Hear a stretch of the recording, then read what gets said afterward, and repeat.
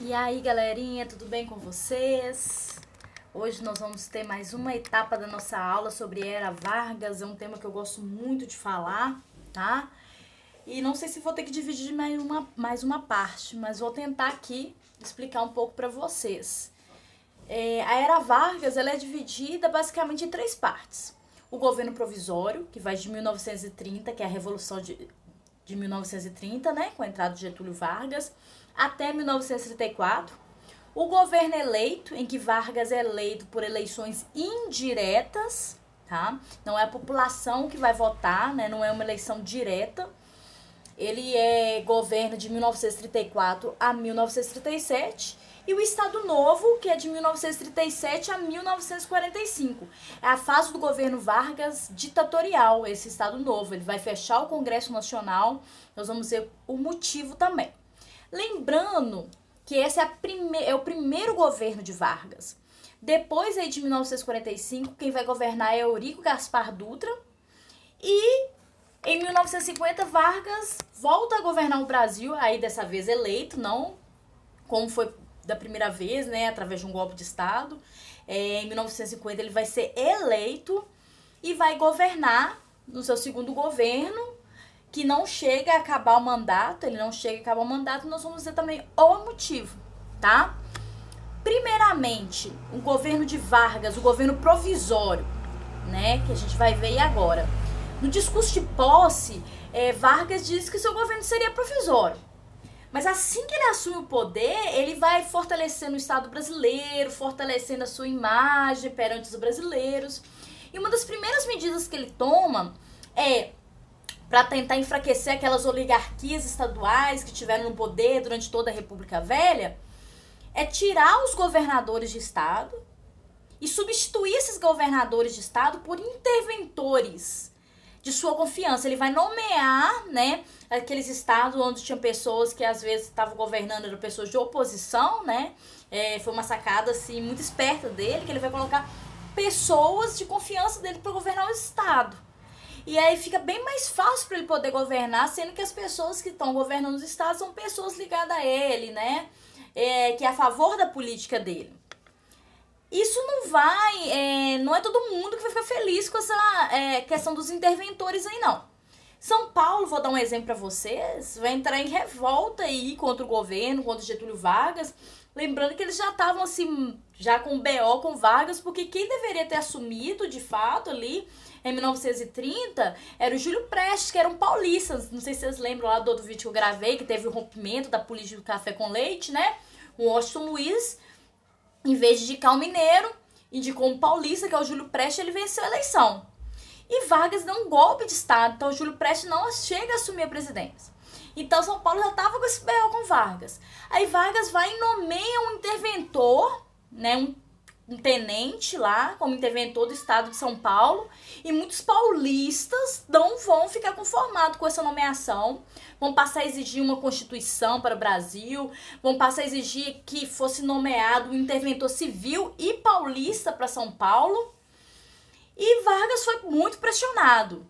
Vargas de fato cedeu e nomeou outro interventor, né, agora um paulista, que era o Pedro de Toledo, para o cargo.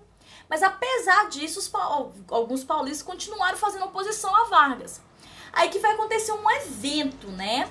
E esse evento aí, que a gente pode chamar até de uma guerra, uma pequena guerra civil aí, entre São Paulo e governo federal, vai acontecer principalmente depois, né? O estopim foi uma tragédia que ocorreu em São Paulo, onde 4 estudantes, Martins, Miragaia, Drauzio e Camargo, eles foram mortos. Esses estudantes, eles estavam atacando a sede de um jornal que fazia propaganda pró-Vargas, né, a favor de Vargas, e eles são mortos, né, em confronto com a polícia.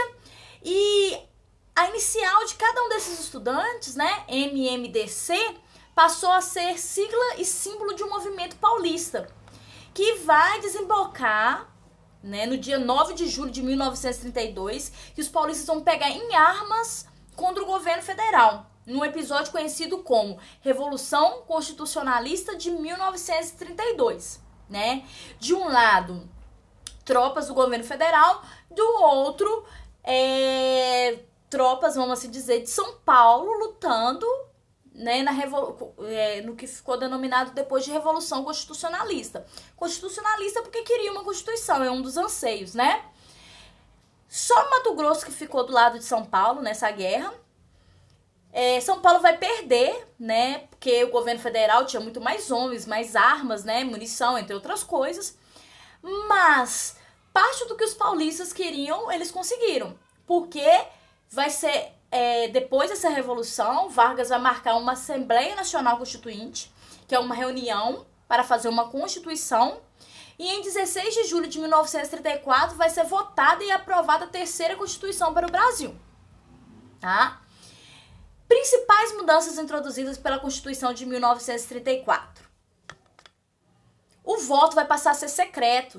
Não sei se vocês lembram bem, durante a República Velha, o voto era aberto, né? O voto agora pela Constituição vai passar a ser secreto. Outra grande novidade aí é as mulheres vão passar a votar, né? Então tem pouco tempo que as mulheres votam, 1934. Vai ser criada uma justiça eleitoral, né, para julgar, né, esses casos aí envolvidos no processo eleitoral, coisa que não existia antes. Tá aí o título de eleitor de Getúlio Vargas. Ensino primário gratuito, nacionalização progressiva. Essa questão da nacionalização é a marca do governo de Vargas, nós vamos ver, né, a nacionalização de águas, de algumas minas, entre outras coisas. Depois a gente vai estudar também o surgimento da Petrobras, né, para exploração e refino do petróleo brasileiro. Justiça do Trabalho, também um outro órgão aí para julgar aí conflitos relacionados ao trabalho. E direitos trabalhistas, vários direitos trabalhistas que a gente tem hoje. Aí tá a carteira profissional, né, a carteira de trabalho que vai surgir no governo de Vargas. A carteira de trabalho número 1 é a carteira de Getúlio Vargas. Vários direitos que a gente tem hoje, trabalhista, por exemplo, aposentadoria, direito a férias, direito a descanso semanal, mulher licença maternidade, entre outros, vão surgir a partir dessa Constituição e depois reformar o que a gente vai estudar, que é a CLT, Consolidação de Leis Trabalhistas. Lembrando que o Brasil... ele vai estar passando por um processo de industrialização. Então era necessário criar leis voltadas para essa questão mesmo trabalhista, tá? A Constituição também previa que o próximo presidente seria escolhido por meio de eleições indiretas. E assim foi. E quem ganhou? Getúlio Vargas. Então vai começar o governo agora em que ele é eleito, o governo é eleito, tá?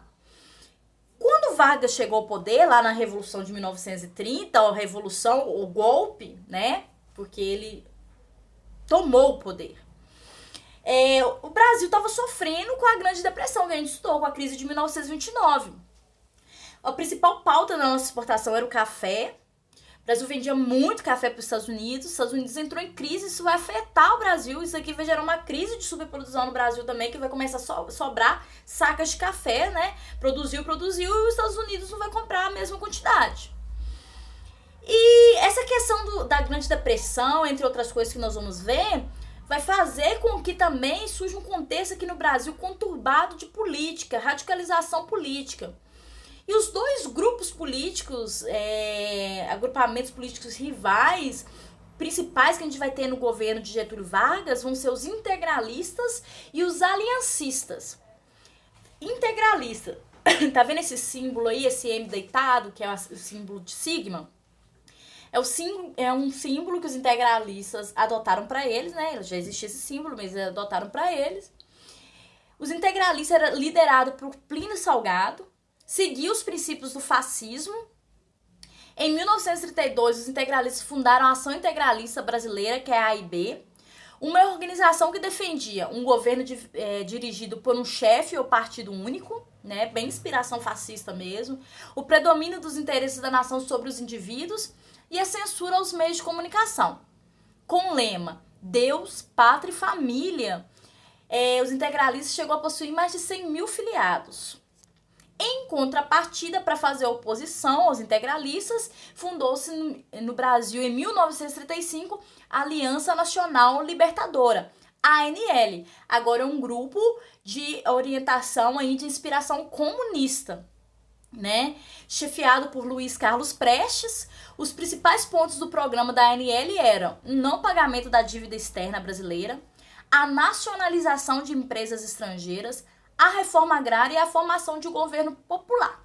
Nós vamos ver que esses carinhas aí vão tentar dar um golpe, chamado de intentona comunista, tá? Levante ou intentona comunista. Aí tá a imagem de Luiz Carlos Prestes e de Olga Benário Prestes, que era a mulher dele. Eles e outros vão tentar dar um golpe aí em Getúlio Vargas. Em 5 de julho de 1935, o Luiz Carlos Prestes lançou um manifesto, né? Ele escreveu um manifesto que propunha a derrubada do governo de Vargas e a formação de um governo popular revolucionário. O governo de Vargas reagiu fechando a sede da ANL e vários pontos filiados da ANL que existiam no Brasil. Diante disso, sem esperar mesmo a ordem de Luiz Carlos Prestes, grupos de sargentos, cabos, soldados comunistas de Natal, Rio Grande do Norte, deu um início a um levante, né? Foram para as ruas, fizeram uma revolta, e esse levante conhecido como Intentona Comunista. Também teve esse tipo de levante no Recife, no Rio de Janeiro. Rapidinho essas revoltas aí de cunho comunista, ela foi controlada por Vargas, né? Também por questões aí de homens, armas, entre outras coisas. Vargas vai conseguir sufocar esse levante, vai prender Olga, vai prender Luiz Carlos Prestes, entre outros. Eles vão a julgamento e vai passar até prender e torturar alguns simpatizantes da ANL após esse evento aí, tá? Um filme que retrata muito bem essa intentona comunista é o filme Olga, tá? Vocês vão ver que Olga, ela era alemã, tá? E era judia. Ela veio aqui para o Brasil, né? Para acompanhar, trazer Luiz Carlos Prestes, participou da intentona comunista, foi presa, foi a julgamento e foi mandada para a Alemanha de volta, só que a Alemanha, nessa época, era a Alemanha nazista. Então, uma judia voltando para a Alemanha, foi para o campo de concentração, onde morreu, né, na câmara de gás. Olga, ela teve uma filha com Luiz Carlos Prestes. Essa filha, ela é uma historiadora até hoje, aqui do Brasil, mora aqui no Brasil, tá? E esse evento aí, olha, vamos pensar o que vai gerar, principalmente, entre outras coisas. As eleições para presidente da República estavam marcadas para 1938. Só que Vargas não estava muito disposto a largar o poder. Por isso ele anunciou na rádio que havia descoberto um plano, chamado de Plano Cohen, que é um plano segundo o qual os comunistas iriam provocar greves, incêndio em igreja, o assassinato do presidente. Na verdade, hoje sabe que esse plano não existiu, né? Mas ele serviu de pretexto para que em 10 de novembro Vargas desse um golpe e implantasse o Estado Novo no Brasil, né? Uma ditadura no Brasil. Por que a gente chama de ditadura?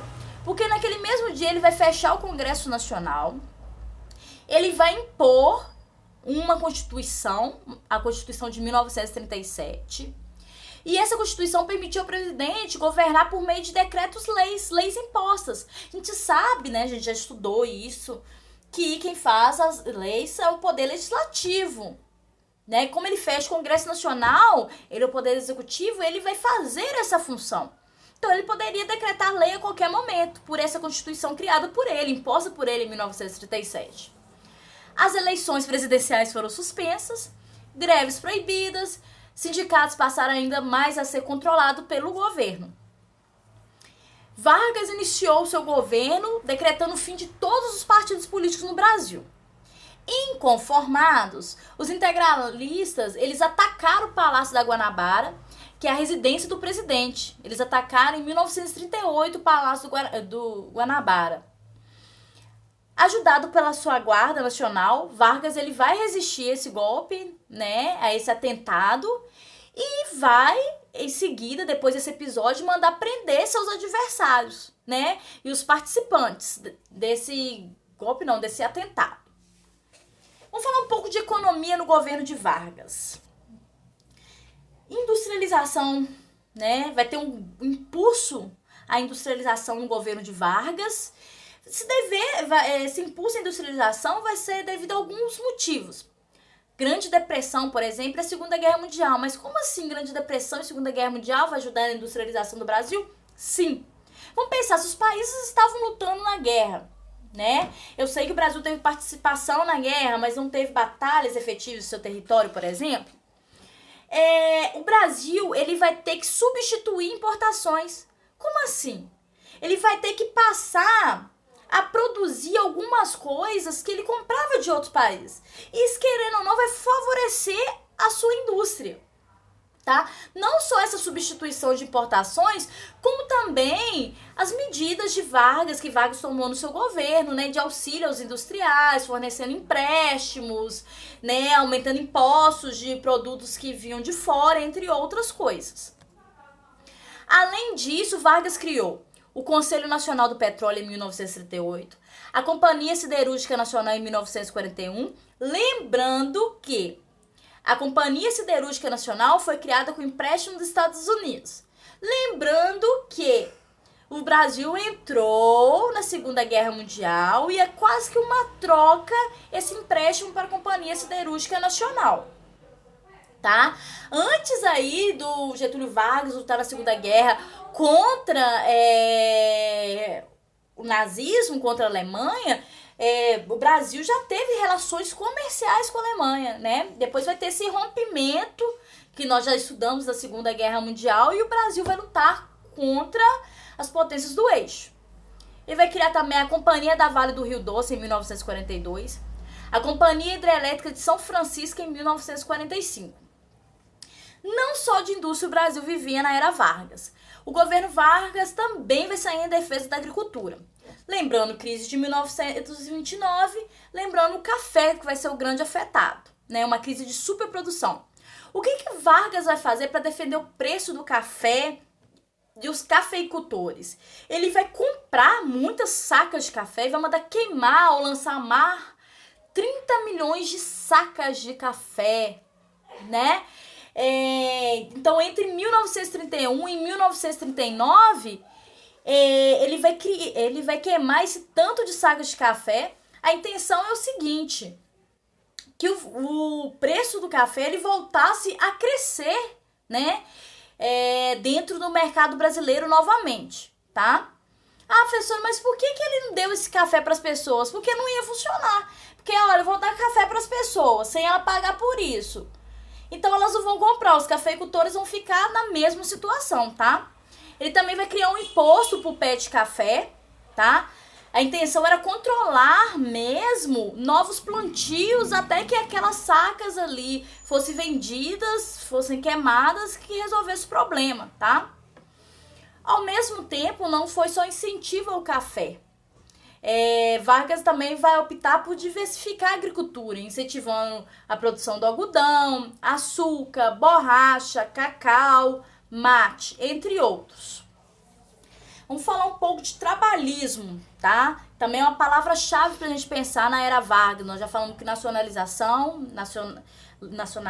é uma palavra, trabalhismo também. Você lembra daquelas leis trabalhistas? Então, em 1943, Vargas vai reunir aquelas leis trabalhistas na CLT, Consolidação de Leis do Trabalho. Tá aí, ó, o surgimento da carteira de trabalho.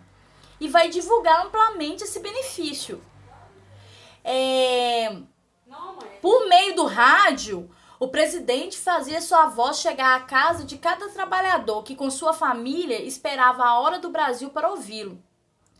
Discursos comoventes de Vargas eram veiculados também nos grandes encontros do presidente com os trabalhadores do Brasil, em datas especiais, como o dia 1º de maio, que é o Dia do Trabalho. Isso aí é outra marca de Vargas, um outro conceito histórico, né? Apesar de ser um conceito complexo, que é o populismo. O que é o populismo? É quando um líder ele tenta manter um vínculo, mesmo que emocional, com as massas, com a população, né? Então, o populismo ele serviu para caracterizar os governos dessa época aqui no Brasil, e não só no Brasil, mas em outros países também. Então ele vai criar essas leis trabalhistas, sim, mas ele vai colocar na sua conta, ele vai colocar isso na sua imagem, né? Como ele era tido como o pai dos trabalhadores. Então ele vai fazer várias propagandas mostrando como se ele estivesse doando isso para a população brasileira para manter esse vínculo aí com a população. Eu vi uma questão que colocava assim, Getúlio, pai dos pobres ou mãe dos ricos? Por quê? Por causa desse jogo que Getúlio Vargas fazia, apoiando os pobres com as leis trabalhistas, entre outras questões, e os ricos, os cafeicultores, eu vou queimar sacas de café, eu vou incentivar a indústria, eu vou fazer empréstimo. Então essa dualidade de Vargas aí, tá? DIP, Departamento de Imprensa e Propaganda, criado no governo de Vargas e buscava identificar Vargas ao povo e ao Brasil. A DIP, ela fazia mídias exaltando Vargas, o trabalho e o patriotismo. Em contrapartida, ela censurava jornais, revistas, rádios, cinemas, qualquer manifestação cultural que fizesse oposição a Getúlio Vargas, né? Vamos falar um pouco da participação do Brasil na Segunda Guerra Mundial. E que vai gerar o fim desse governo de Vargas de certa forma. Por quê? Vocês lembram bem? O Brasil lutou na Segunda Guerra Mundial contra as ditaduras fascistas. E isso vai ajudar a aumentar em muitas críticas ao Estado Novo. Por quê? No Brasil, muitos políticos e estudantes universitários passaram a dizer que era necessário também combater a ditadura interna. Ou seja, os pracinhas vão lutar lá na Segunda Guerra contra a ditadura, mas volta para o seu país e aqui é uma ditadura? Não tem partido político, não tem Congresso Nacional, não tem eleições? Não é isso? Então, em outubro de 1942, Minas Gerais vai lançar, né, alguns políticos mineiros vão lançar um manifesto dos mineiros exigindo a democratização do país. E nesse mesmo ano, em dezembro, estudantes da União Nacional dos Estudantes, da UNE, vão sair em passeata contra o governo. Vargas, né, como um político hábil que era, viu que a oposição estava se fortalecendo e decidiu ele próprio liderar o processo de democratização do país. No início de 1945, ele anistiou os condenados políticos. O que é anistiar? Perdoar pessoas que estavam presas por causa de política. Vai liberar a atividade partidária, a volta de partidos, vai marcar eleições presidenciais para dezembro daquele ano. Só que Getúlio Vargas fazia um jogo duplo. Ao mesmo tempo que ele apoiava a candidatura de Eurico Gaspar Dutra, ele incentivava um movimento que estava crescendo muito aqui no Brasil, que é o queremismo. Significa queremos Getúlio, um movimento de pessoas que queriam que ele continuasse no poder. Então, como esse movimento do queremismo estava crescendo muito, né, e assustados com a enorme popularidade de Vargas, a oposição aí dele, militares e civis, vão unir-se para derrubar Getúlio Vargas. E em 29 de outubro de 1945, tropas lideradas pelo general Góes Monteiro forçaram Vargas a renunciar. E assim o Estado Novo chegava ao fim. Após o Estado Novo, quem vai governar o Brasil é um cara chamado Eurico Gaspar Dutra, que foi apoiado por Getúlio Vargas em sua candidatura. Nós vamos estudar ele em outro momento. Eu vou terminar de estudar com vocês agora o segundo governo de Vargas. Vai ter eleições em 1950. Quem vai ganhar as eleições? Novamente, Vargas volta a governar o Brasil, né? Tá aí até uma marcha de carnaval, bota o retrato do velho outra vez, né? Ou seja, vamos de novo com Getúlio Vargas. Ele vai vencer as eleições, mas o segundo governo dele, Vargas vai sofrer muita oposição, muita pressão. Vai ter uma rivalidade entre grupos, principalmente entre nacionalistas e liberais no governo dele, principalmente relacionada à questão do petróleo no Brasil, que nós vamos ver. Os nacionalistas, eles eram liderados por Vargas e defendiam que a exploração e o refino do petróleo deveriam ser feitos pela indústria brasileira. Os liberais, que eram chamados pelos nacionalistas de entreguistas, eram encabeçados pela UDN. UDN é a principal oposição de Vargas, é a União Democrática Nacional, né? Liderado por Carlos Lacerda, que também é a pedrinha no sapato de Vargas. Eles eram favoráveis a que o nosso petróleo fosse... a exploração e o refino do nosso petróleo fosse feito por empresas estrangeiras que já atuavam no Brasil, como, por exemplo, a Esso, Texaco, a Shell. Os nacionalistas vão organizar uma campanha com o slogan "O petróleo é nosso". E essa campanha vai ganhar muita força. E nessa briga aí vão ser os nacionalistas que vão ganhar. Tanto que em 3 de outubro de 1956 vai ser criada a Petrobras, uma empresa estatal que tinha um monopólio de extração do refino e do transporte marítimo do petróleo brasileiro. Monopólio significa exclusividade. Vargas, aproveitando e levando adiante seu nacionalismo, ele vai tentar também propor uma lei que limitava a remessa de lucros das empresas estrangeiras instaladas no Brasil. Ou seja, que estipulava um teto que essas empresas poderiam mandar de lucro para os seus países de origem. Essa lei realmente ela foi barrada no Congresso, mas a Petrobras ela foi criada. No início do seu governo, Vargas vai sofrer muito com a insatisfação dos trabalhadores, né? O salário mínimo já não era ajustado há um tempo. E em 1953 vai explodir várias greves aqui no Brasil. Para tentar resolver essa questão, Vargas vai nomear para ministro do Trabalho o político João Goulart, mais conhecido como Jango, que nós vamos estudar depois também, que vai se tornar presidente do Brasil depois de um tempo. Jango vai negociar com os grevistas, vai prometer aumentar o salário em 100%, dobrar o salário mínimo. Isso vai irritar muita gente. Vai irritar a UDN e seus aliados. Imagina também para os industriais, né, para os patrões que iam ter que pagar o dobro do salário, né? Pressionado, Jango vai deixar o ministério, mas em compensação Vargas vai autorizar em 1º de maio de 1954, um aumento de 100% no salário mínimo. Carlos Lacerda vai aproveitar desse aumento aí para lançar uma campanha difamatória contra Jango e Vargas. No final de seus discursos inflamados à grande imprensa, ele exigia a renúncia do presidente Getúlio Vargas. E uma situação ainda vai piorar tudo. Um fato novo. Carlos Lacerda, esse mesmo, principal oposição de Getúlio Vargas, ele vai ser vítima de um atentado à bala.